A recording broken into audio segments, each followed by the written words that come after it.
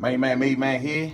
Y'all know how I get down. We talking boxing, man. Going down each and every Wednesday, each and every Saturday here on Main Man's Boxing, man. What's goody out there, fight fans? Good morning, good day to all of y'all, man. Stay stressed and sucker free out there because the devil is everywhere. Omnipresent, you know what I'm saying? But check this out, man. We talking boxing, right? Well, guess what, fight fans? I knew that this day would come. What are you talking about, main man? Well, it's crystal clear. Everybody who been rocking with the fam, y'all know that I have said a lot of positive things about Keith Thurman.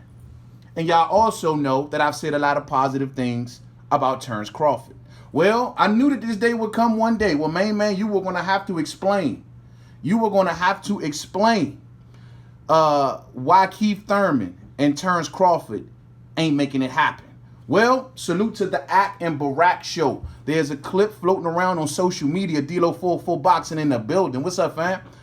There's a clip floating around social media on the Ack and Barack show where Keith Thurman was a guest the other night, and they have a clip on their Twitter. We're going to kind of go through this clip. Chin Smoke in the building. Salute, Chin Smoke.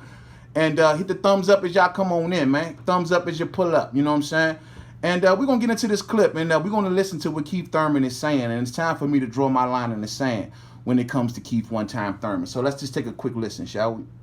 The guys that Al holds dear to him, which in my opinion, I don't know this to be true, but yourself, Danny Garcia, Errol Spence, Sean Porter, those guys have yet to not to fight guys on the divide over the divided line yet. Like Al hasn't. There's one guy. There's one guy.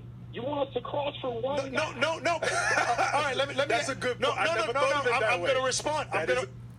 So when they bring up the situation about Crawford, Keith Thurman says it's one guy. It's one guy. You want us to cross over for one guy. That's what Keith Thurman said, right? All right, let's keep going a little bit more. I'm going to respond to that, Keith.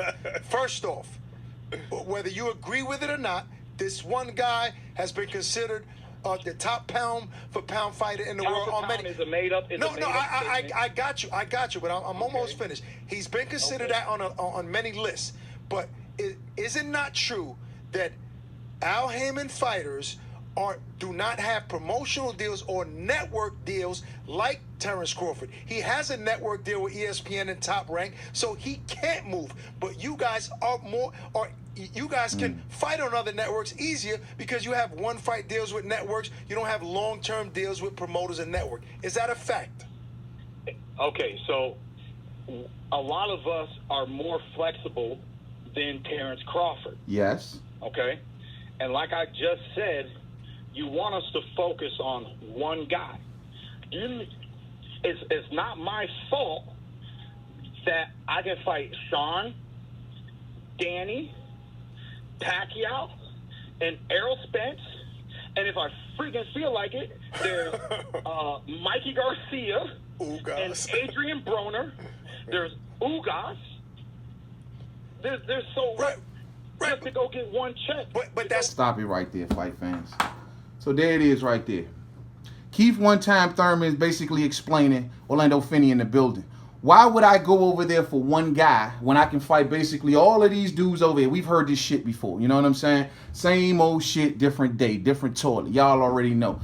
Bro, now here's my deal. Let me draw this line in the sand for Keith Thurman Nation out there. The deal is this. Keith Thurman, back in the day when he was talking like this, oh, Crawford, who's Crawford? Why would I go fight Crawford? What? Tell him to get a belt. Tell him to do this. He was a unified world champion, considered the #1 fighter at the welterweight division, in a strong position of power, where he beat the #1 and #2 guy at the weight class. So he had a position to say what the hell he wanted to do. Fast forward to today, where Keith Thurman lost his belt, he's lost his hunger, he's always a walking bag of bones. No one, he's coming off a loss to a 40-year-old. You don't have the standing no more, Keith. You don't have the standing no more to tell Crawford what he should and should not do. Those days are long gone. You can't sit back as a man with no belt coming off a loss to a 40-year-old The fans are sour on right now, and then you telling Crawford to come across the street. Crawford would be the best thing for you right now, bro. You talking about Sean Porter, Danny Garcia. They don't got belts, and you've beaten them already. No one wants to see it again. Manny Pacquiao ain't thinking about you, Keith. Manny Pacquiao thinking about the biggest fights he can make before he check out. Earl Spence Jr. eyes is on Danny Garcia or Manny Pacquiao. You are like third or fourth in line, Keith. You ain't even talking about coming back to fight nobody. You're talking about coming back for soft tune-ups. From what I see it, Terrence Crawford would offer you a pay-per-view, an opportunity to be seen on a big, huge network like ESPN, an opportunity to fight for a world title, a big payday that comes with that. It's a win-win-win-win-win-win-win-win situation. And those are the facts. D-Lo44 says, Keith just said it's easier for them to fight on another network on a fight deal. No excuses other than he is not interested all day. The Akin Barak host said to Keith, like, bro, you know Terrence Crawford has a network deal where he has to fight on a certain network. Now, well, Akin Barak and them failed to mention that if Bob see fit, he can send Terrence Crawford to other places. We see him doing it all the time. But they're saying that Terrence Crawford has a network deal, and you know his deal is in place, and y'all are more flexible because you don't have a network deal, which I've already assumed if you rolling with PBC, you might as well say you do. But y'all don't have a network deal, and you don't have a promoter. You more flexible. Why don't you make the move? And on top of that, this fight would do wonders for your career. No. The mentality of my boy Keith, amongst a lot of other PBC fighters, is I got all of this smoke right here. And of course, they're taking marching orders. And I understand this, and this is where a lot of people may differ with me. They're looking at Terrence Crawford the same way that Jamal Charlo is looking at Demetrius Andrade. Hear me, fight fans. Terrence Crawford, believe it or not, unfortunately, salute to my brother, Boxing Logic United in the building. Peace and pugilism, fam. Unfortunately, Terrence Crawford is not in a position of power. We're meaning that he needs opponents, at least in the near future. Not so much for the long future. In the near future. He's not in a position of power. So they feel as though, why do we have to bend to his will when we can try to make him bend to ours? It's the same way that the Charlo situation is playing out. And Demetrius Andrade. Now, if they told Jamal Charlo, hey, we got Canelo Alvarez over here ready to go, he'd be on the first thing smoking. But it's Demetrius Andrade. And he is not in a position of power. Meaning that no one else wants to fight him. So why don't he come on over? It's all about taking advantage of people that they perceive to be lesser or in a weaker position than they are. You feel me? And that's all it is. So in Thurman's case, where I'm sure he's talked to his suits, they told him, no, we not going over there for Crawford right now. If Crawford want us, he got to come right here. Until then, we going to do all of this over here. What he going to do? What he going to do? But that day is so surely going to end soon. I'm telling y'all, fight fans. The day that day ends, the day that Josh Taylor becomes a 147-pounder, the day that Jose Ramirez becomes a 147-pounder, the day that Regis Prograis becomes a 147-pounder, and then the lane opens up and the power of PBC starts to decrease over Terrence Crawford. But how much time does Terrence Crawford have to do that? And that's what this is. It's unfortunate that Keith Thurman, a guy who we believed in, one time, we all thought was something else at one point in time, has came out and taken this position also. And I've even defended him in the past saying, look, man, he could take that position. He beat the number 1 and number 2 dude. Most importantly, the Crawford team has never showed Keith Thurman no respect. Never. You go back to statements from way back when, and you'll find Bob Arum talking major shit about Keith Thurman. You'll find Terrence Crawford is dismissive of Keith Thurman. I think he never got over that. But now they're in a position where they're looking at Crawford and you're in a weak position. They would never do this to Canelo. They would never do this to, say, if they had a 140 fighter who wanted to fight Jose Ramirez. They would never do that. PBC to their defense somewhat, they can play this game too, fight fans. See, what y'all like to draw these lines, oh, PBC is this and Top Rank is that and they're this and that. They're all playing the same fucking game. Don't get mad when PBC play it too. PBC has been through lawsuits, court cases, kicked off channels, the whole nine with these other outfits. So now when they feel like that they are in a position of power, because we got all the fighters that your fighter want to fight.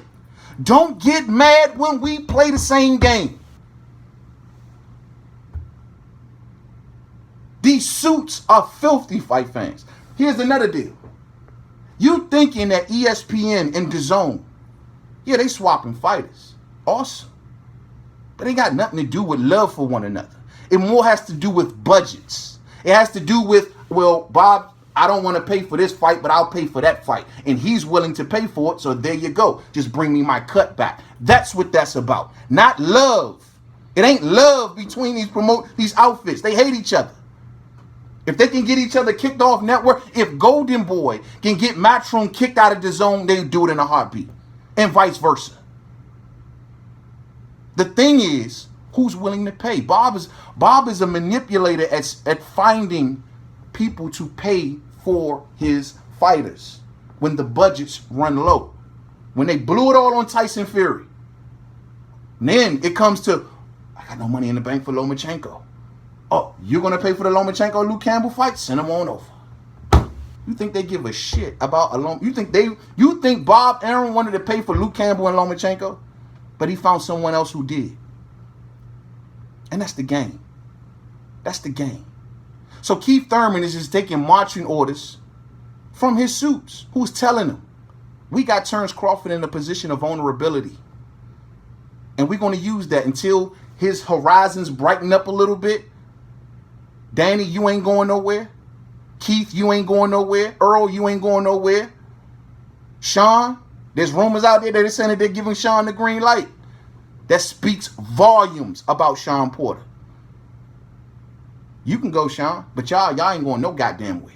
But Sean, we done with you, bro. Go ahead on over there. See what you can work out. Allegedly.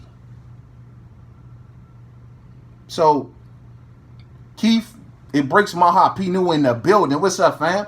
P. New, you know how we've been rocking with Keith for a minute. And it hurts my heart to see Keith take this position. But Keith has now became the same thing. He's joined the Duck Bud crew. He's joined that crew. There was a once upon a time. Let me tell you another thing I never said about Keith, since we're going to keep it a Billy. I got to get it off my chest because I never talk ill about Keith. I got to get it off my chest. Keith is the gatekeeper to trying to keep fighters out. Keith is one of the main orchestrators. He knows how to do this because he's done it before, of keeping fighters out. When Keith was coming up through the ranks, all the talk was Kell Brook. Keith resisted that fight for a long time. He preferred the Danny and Sean fights. Big fights. But Kell came over here giving an impressive performance and everyone was speaking up. What did he do? He effectively blocked Kell out. He took the opponents that Kell wanted to fight and made sure that Kell didn't fight him. And then Kell was left with the scraps of welterweight. Fast forward to Earl Spence Jr. Keith, Sean, and Danny all parlaying together. We gonna lock Earl out. We gonna lock him out. He ain't getting in our club. We ain't letting him come in here and take all the money. Earl kicked the fucking doors down. He kicked them down and said, I'm taking over. I'm redecorating up in this bitch. As a matter of fact, you get out.